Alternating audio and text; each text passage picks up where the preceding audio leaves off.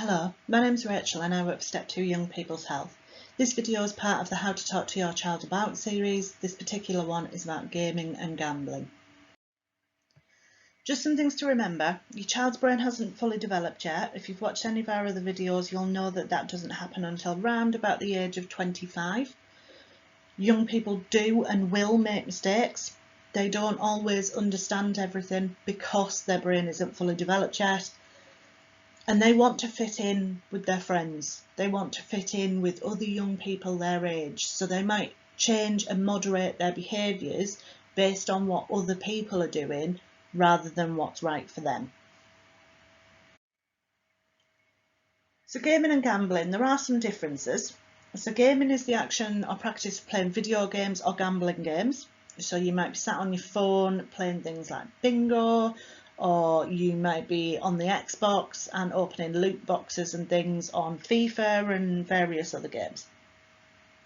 Gambling is playing games of chance for money, taking risky action, hope of a desired result. So it might be the National Lottery, it could be a casino. So I've already mentioned loot boxes. So some games offer these as an incentive. So in some cases they will give you one for free, and the idea is you don't know what's inside it. You open the loot box, it contains special features that are part of that game that you can't get anywhere else. So the first one that you open, especially if it's a free one or it's one of the smaller ones, because they'll come in different sizes with different pricing structures, they will have sort of basic level stuff in them. Whereas the bigger ones that cost more money will have sort of exclusive kind of content. It could be something that you can't get anywhere else unless you've bought it. They are seen as gambling because you don't know what's in that box. You are paying to open that box with no idea of what reward you are getting. It's a little bit like Deal or No Deal. You're opening that box and you don't know what's in it. So in that sense, it is gambling. And you might or might not get the item you were hoping for, which can cause young people to buy another one and another one and another one, and you still haven't got it. So then you buy the most expensive one and another one and another one, and it's addictive. They want the things that their friends have got. You know, oh, I opened one loot box and I got this and it was amazing. Whereas another young person might open 15 loot boxes and still not get the same item as their friend. Gambling could be done on your phone, it could be done in a casino, can be done pretty much anywhere. There are still slot machines and things that you can play on. If you've ever walked into a service station, there's generally a little area with gaming machines and things, gambling machines. It can be things like bingo, there could be slot machines, you've got your instant win games, so, you know, pay a quid to do this and you might win, you know, you might win a few quid back, you might win nothing.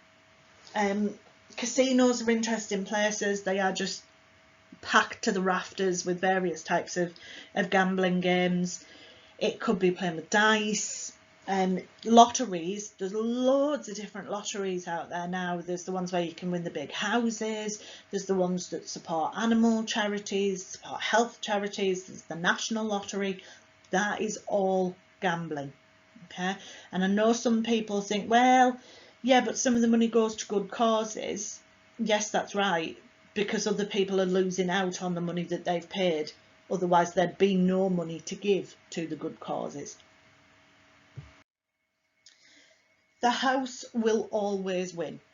Okay? All gambling is designed to ensure that the house makes a profit.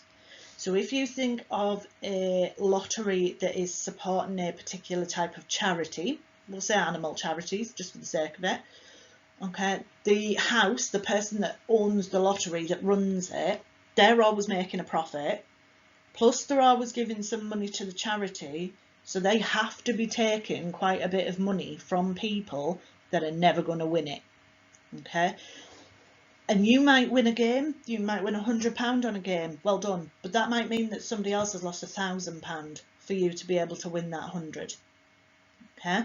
There is something called gambler's fallacy, and this is the mistaken belief that an outcome is likely. So I've put the roulette wheel at the bottom there for a reason. You can see that the numbers are all either black or red, and there's one green.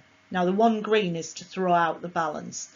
Okay, but if you're thinking to yourself, it's definitely going to be black, and it lands on red, and you're thinking, right, well, it's definitely got to be black this time, and it lands on red.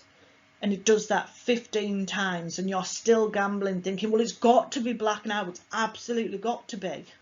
That is gambler's fallacy. Okay, because the game is not set up that way. It's not set up to be 50-50. That is the whole reason there's a green square on a roulette wheel, to stop it from being 50-50. Now, in terms of the house always wins, for the year April 2021 to March 2022, the gross gambling yield, so that's the profit that the gambling companies made on all types of betting, was £14,080,000,000. That's just the profit. Okay, so they will have paid some money out for that.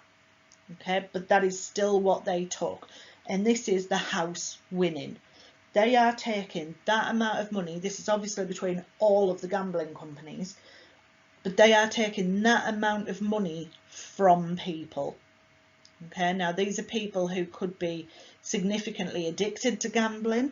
There's been an announcement in the last couple of days about some changes that are potentially going to be made, a government white paper on gambling, and how they're going to protect people. But actually, taking £14,080,000,000 from people is not protecting them. So just to put that in context, especially when you're talking to your child about it, because that's an unimaginable number. There's no way we can think about what that means. So I always try and work it out in a way they might understand. So when Neymar went from Barcelona to PSG in 2017, you could have bought him 63.4 times with that money. Lamborghini Aventador, you can buy nearly 52,000 of them with that money. And as any good adult knows, you measure inflation by the price of a Freddo. So you could buy 56 billion Freddos with that money. Okay, and that's based on Sainsbury's pricing at the time I recorded the video. Okay, now that might be a silly way to work it out, but actually that's what makes it real to young people. I can't fathom £14,080,000,000. I've got no idea what that looks like. So if you put it into something like that, I know what a Lamborghini Aventador looks like, and I know how expensive they are. So 52,000 of those lined up. You know, there's only 52 weeks in the year. I'm not entirely sure how you're supposed to drive all of those cars. But if you put it in something like that, that will help your child to understand it. So addiction, we do have another video on addiction. It's a general one, but this one looks at sort of gambling and gaming specifically. So you might place a bet and win. That releases a hit of dopamine at the front of your brain. Okay, that's the happy hormone. So you place another bet and you win. More dopamine's released. Over time, your dopamine tolerance builds. So the same amount of dopamine will have a significantly less effect on you. You won't feel as happy. It won't really do anything for you. So you place bigger bets and you get more dopamine. And then you crave the dopamine even more. You need it to be able to sustain that, to keep going. So you gamble more or you make bigger bets to satisfy the craving, and it just goes round and round and round in a vicious circle. So this is why in some places like in Las Vegas, where gambling is like oxygen, they will sit at slot machines and things for 12, 13 hours a day. You know, people can make themselves quite unwell sat at slot machines. And some of it is that gambler's fallacy of, well, I've definitely got to win on the next round. I've got to win, I've got to win, I've got to win. And it doesn't happen. But also some of it is they can't get their dopamine release unless they are sitting there for significantly longer, gambling significantly more. It's a really, really addictive substance that we don't even consider. You know, when we think about addictive substances, we think about foods and alcohol and tobacco and things like that. We don't generally think about something like gambling or gaming. The loot boxes and things, some people are seeing as a gateway to this kind of gambling. You know, other people don't see it as that. They see it as a little bit of fun. There's a difference between gambling for fun and problem gambling. You can play the lottery every week and be absolutely fine, and it's not going to kill you if you forget to put it on one week. You know, you're not going to be absolutely devastated.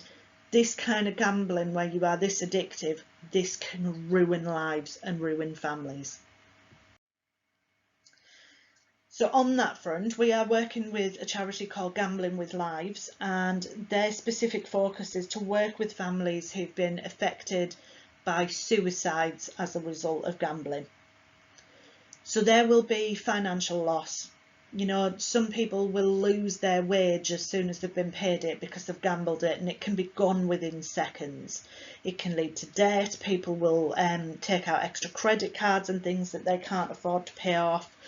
That affects your credit score, which means you'll struggle to get a mortgage in future or a bank loan or anything like that. It can lead to fraud, putting your partner or somebody else's details down to take a credit card out for your gambling debt. Societal, you can lose your job if it's found out that you're doing things like this. Or if you're sort of being dishonest at work, if you've got some kind of element of financial responsibility. Some people have stolen to feed their gambling habits. People sadly will judge, but that's because they don't know enough about it. Addiction is a disease, it's not something you choose to do. You lose touch with society, with your friends. You don't want to go out and see friends because you want to be sat gambling, or when you are with them, you're too busy on your phone. There's breakdowns in relationships. If you've put your partner's name down for a bank loan that they didn't know they were getting, you know, and then they found out, that is going to cause a significant breakdown in relationships. It changes behaviour and your mood and things. That can cause a breakdown in relationships. Your health, people tend to stop eating properly because they're so engrossed in whatever it is they're doing, the gaming or the gambling. They won't sleep because at night they're too busy thinking about, I need that next hit, I need to gamble, I need to game, I'm going to miss out on something. If I'm asleep, then I'm not winning. Some people do self-harm. There can be poor hygiene. If you're sitting at one of those slot machines for 13 hours a day, you might start to smell a bit interesting. That can lead to menstrual problems for women because of stress, and it can put strain on your heart as well. So when talking to your child about it, work out how much you do or could spend a month on gaming and gambling. So if they're buying loot boxes and things, work it out, how much is it costing. Sit and have a chat about what else you can buy with that money. Make it relatable. So the Neymar example, you know, the Freddos, the Aventadors. And discuss addiction in different forms. We do have another video on that to help you with that. You've got to make it real for them. They've got to see that this can happen to anybody. There are some really good documentaries about the harms of gambling out there. There's some really good podcasts about it out there. There is one on BBC iPlayer about the effects of gambling on footballers. So Gambling with Lives, absolutely fantastic charity, loads of information on their website about gambling. The NHS, they have a gambling addiction support, Young Minds, mental health support, Childline, we know what they do. Step 2 James and Hale are working together in Bradford to deliver some of the Gambling with Lives programme, but also to deliver relationships and sex education across the district.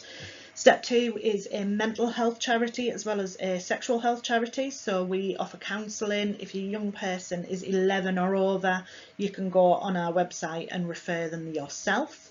And Hale has a young people's social prescribing team, and they offer activities for any young people who might be quite isolated, who might be struggling a little bit.